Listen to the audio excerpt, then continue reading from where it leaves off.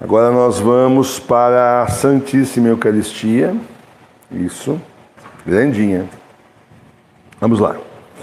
Então, na página 102, capítulo 4 da Santíssima Eucaristia, parágrafo 1º, da natureza da Santíssima Eucaristia e da presença real de Jesus Cristo nesse sacramento.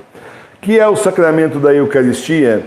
A Eucaristia é um sacramento que, pela admirável conversão de toda a substância do pão no corpo de Jesus Cristo e de toda a substância do vinho no seu precioso sangue, contém verdadeira, real e substancialmente o corpo, sangue, alma e divindade do mesmo Jesus Cristo nosso Senhor, debaixo das espécies de pão e vinho, para ser nosso alimento espiritual.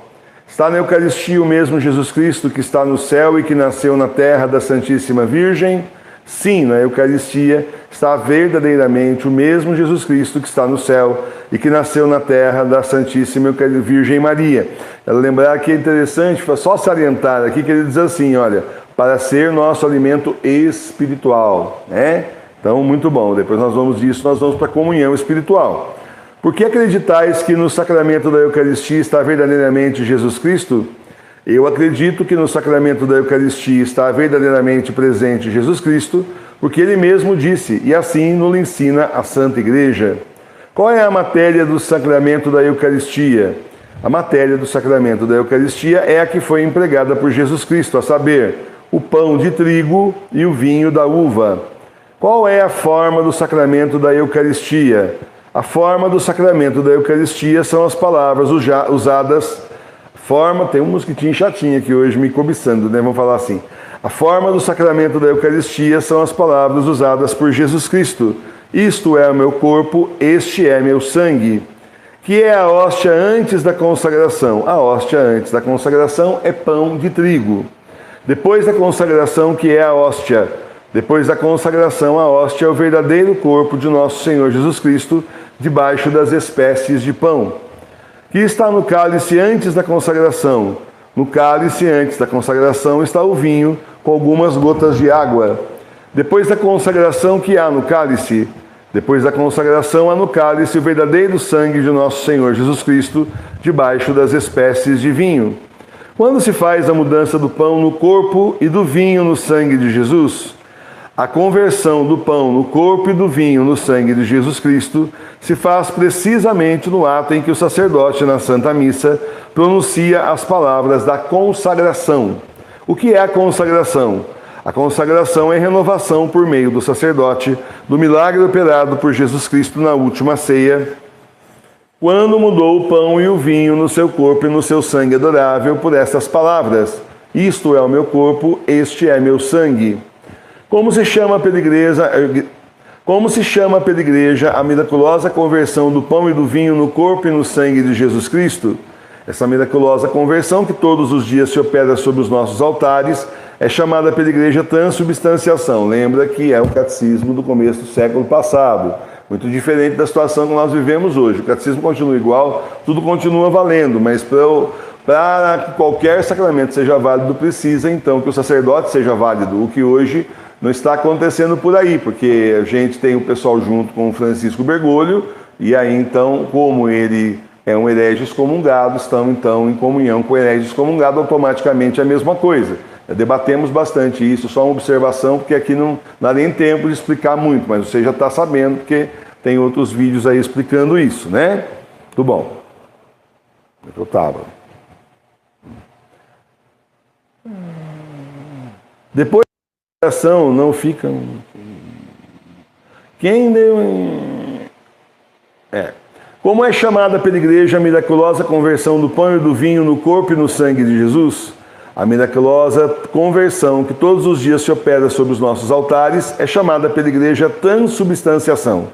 Quem deu tanta virtude às palavras da consagração foi o mesmo Jesus Cristo, nosso Senhor, Deus onipotente, que deu tanta virtude às palavras da consagração. Na verdade, quem faz a transubstanciação é o Senhor, milagre eucarístico, né? Depois da consagração não fica ainda alguma coisa do pão e do vinho? Depois da consagração ficam só as espécies do pão e do vinho. Que são as espécies do pão e do vinho? Dizem-se espécies a quantidade e as qualidades sensíveis do pão e do vinho, como figura, cor e sabor. De que maneira podem ficar as espécies do pão e do vinho sem a sua substância?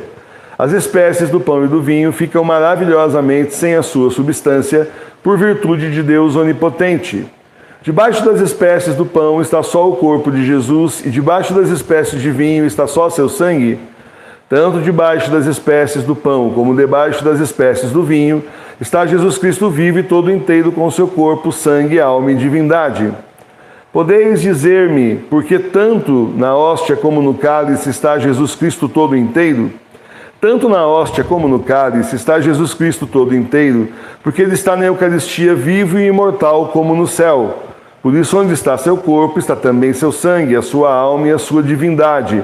E onde está seu sangue, também está seu corpo, sua alma e divindade, pois tudo isso é inseparável em Jesus Cristo. Então, isso explica porque que quando a gente ia à missa, antigamente, nos bons tempos do Papa Bento XVI, a gente recebia só o corpo de Cristo. Muita gente estranhava, teve muita gente aí chamando aí, né, criticando na internet, né, chamando a atenção para essa situação, que deveríamos estar recebendo o corpo e o sangue, mas é indivisível, né, gente? Você não consegue receber o corpo sem o sangue sem o corpo. Tudo é o corpo de Cristo.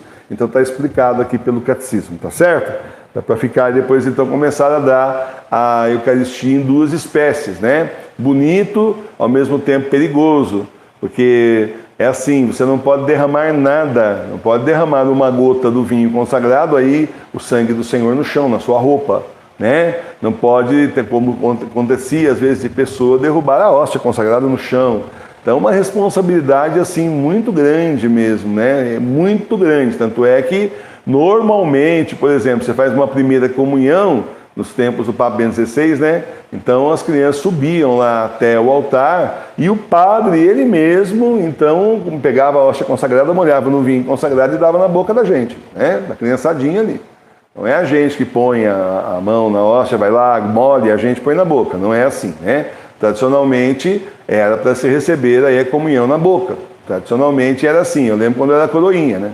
E o pessoal reclama da questão de tempo, não tem essa questão de tempo, porque também me lembro que eu e o Padre Cícero sozinho, a gente dava conta da igreja cheia. A gente ia e voltava, eu nunca vou lembrar o nome daquela gradinha que o pessoal apoiava ali, não tinha na frente do altar, mas a gente ia e voltava, o pessoal ia ajoelhando, fazia fila, ia ajoelhando, tomava comunhão, saía, já vinha outro e a gente estava indo, daqui a pouco a gente voltava. E a gente ia e voltava, e daqui a pouquinho estava a comunhão feita com todo mundo. Então, nunca teve essa questão de pressa, de tempo, essas coisas todas, como a gente vai ver depois, os horários da missa do Santuário de Santa Teresinha, que se celebravam em até, vamos dizer, 6, 7 anos atrás, é o mesmo horário que se celebrava no templo do Monsenhor Cícero de Alvarenga. Então, é assim, o que mudou?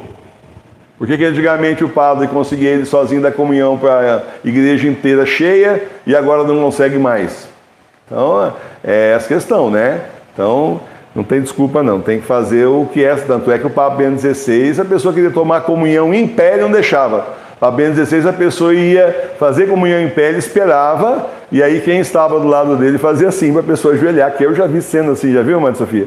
Eu já vi cena assim da pessoa do lado, né? O padre que estava do lado fazia assim para a pessoa ajoelhar para receber na boca a comunhão de Santo Padre. Então, muito bom. Está ensinando aí para gente, né? Ensinando, dando exemplo, né?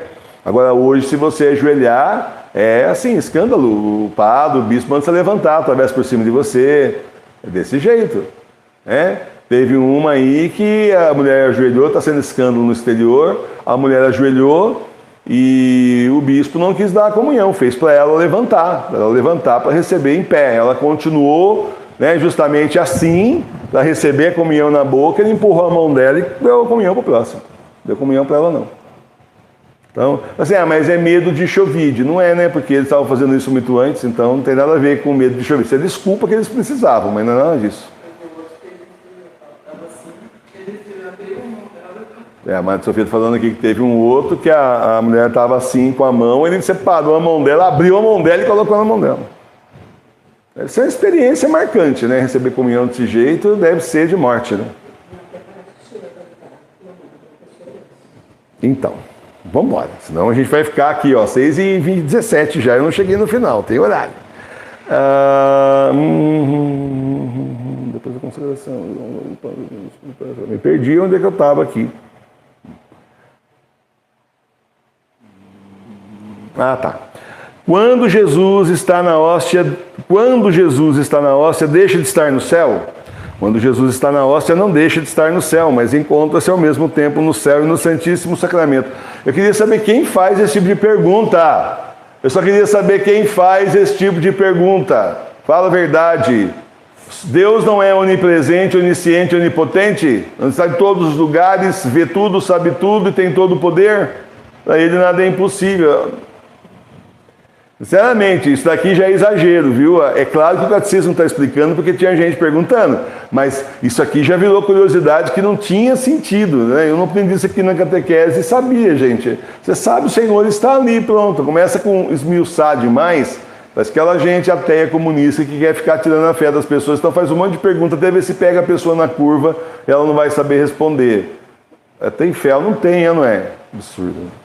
Vamos lá. Jesus Cristo está presente em todas as hóstias consagradas do mundo? Sim, Jesus está presente em todas as hóstias consagradas do mundo. Esse catecismo do começo do século passado. Que bom quando era assim, maravilhoso.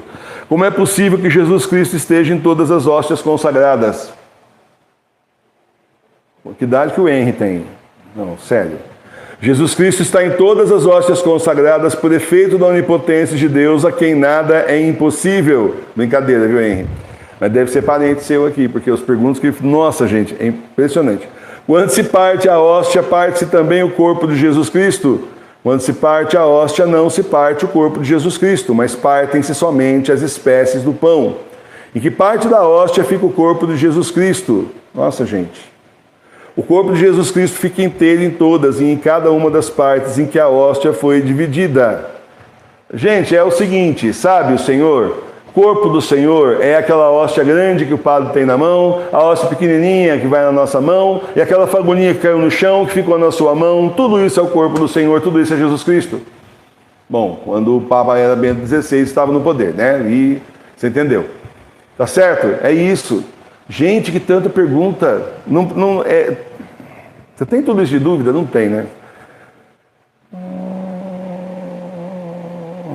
E está Jesus Cristo tanto numa hóstia grande como na partícula de uma hóstia? Tanto numa hóstia grande como na partícula de uma hóstia está sempre o mesmo Jesus. Por que motivo se conserva nas igrejas a Santíssima Eucaristia? Se conserva nas igrejas a Santíssima Eucaristia para que seja adorada pelos fiéis e levada aos enfermos quando necessário. Deve-se adorar a Eucaristia deve ser adorada por todos, porque ela contém verdadeira, real e substancialmente o mesmo Jesus Cristo, nosso Senhor. Então, assim, hoje em dia, como não temos mais Eucaristia, nós temos, então, a Sagrada Face do Senhor, que Nossa Senhora disse à Beata, irmã Madre, né? A Beata Madre Maria Pierina, que estaria, então, a Sagrada Face no lugar da hóstia consagrada, quando não tivéssemos mais a hóstia consagrada. Gente, eu vou ser sincero com vocês, está exagerado. Eu sei que o catecismo é maravilhoso, ele está fazendo isso porque as pessoas ficam com essas perguntas. Mas eu tenho uma posição como catequista muito séria, muito simples e muito direta. A pessoa acredita no que a Santa Igreja está falando ou não acredita. É uma questão de fé e de obediência. Você começa a ter que explicar miudinho, esmiuçadinho, nos mínimos detalhes, lembra disso aí? Se tem que explicar nos mínimos detalhes desse jeito aqui, então a pessoa já é melhor ela repensar se ela realmente está com fé. Ela está querendo explicação demais. Daqui a pouco a pessoa vai querer que apareça a hóstia consagrada. Só vou acreditar quando virar o corpo de Cristo na minha mãe e começar a sangrar. Por favor. Ou na minha boca, por favor. É assim, eu sei que o catecismo está cumprindo a parte dele. São Pio X maravilhoso, está cumprindo a parte dele, mas essa gente com esse tanto de pergunta no começo do século passado, há mais de 100 anos atrás, está bem exagerado. Está bem exagerado mesmo. Mas está bem exagerado mesmo. Mosquitinho não dá folga para mim. Ele gostou do meu sabonete. Dá bem exagerado. A gente tem que ter muito cuidado com isso. Igreja é assim.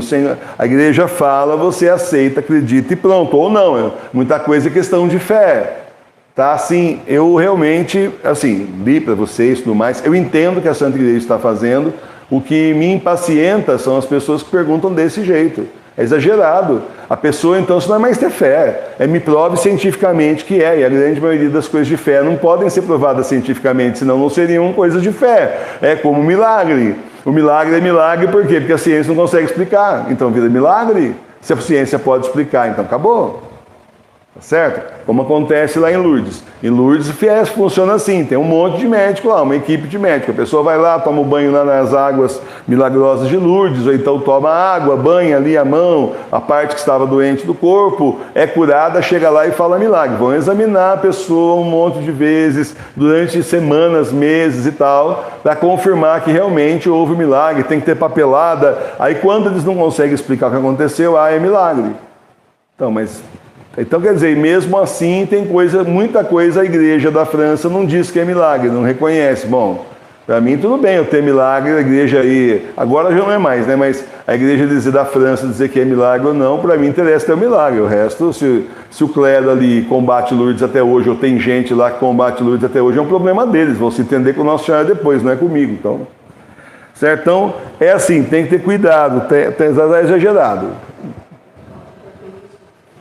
O professor Mineirinho explicando aqui, isso acontece por causa do ateísmo que começa aí a se alastrar na Europa no final já do século XIX. Bom, teísmo, comunismo, tudo junto aí, né? Agnosticismo, um monte de tranqueira, de porcaria que fica jogando um monte de dúvida, atacando a igreja.